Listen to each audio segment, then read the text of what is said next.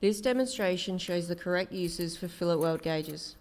Fillet weld gauges can be used to check throat thickness and leg length. It is important to ensure that fillet welds meet both leg length and throat thickness requirements.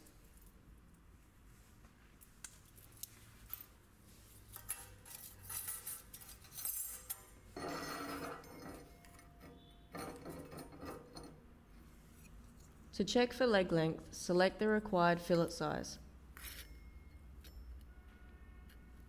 The base of the gauge must sit flat on the parent material. If the short side touches the weld metal, the required fillet size has been achieved. It is important to check the leg length in both directions.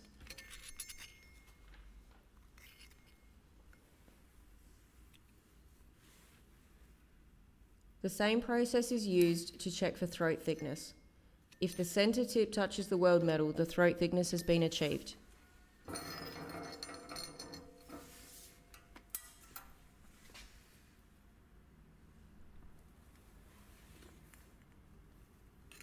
This fillet weld has a 10mm leg length.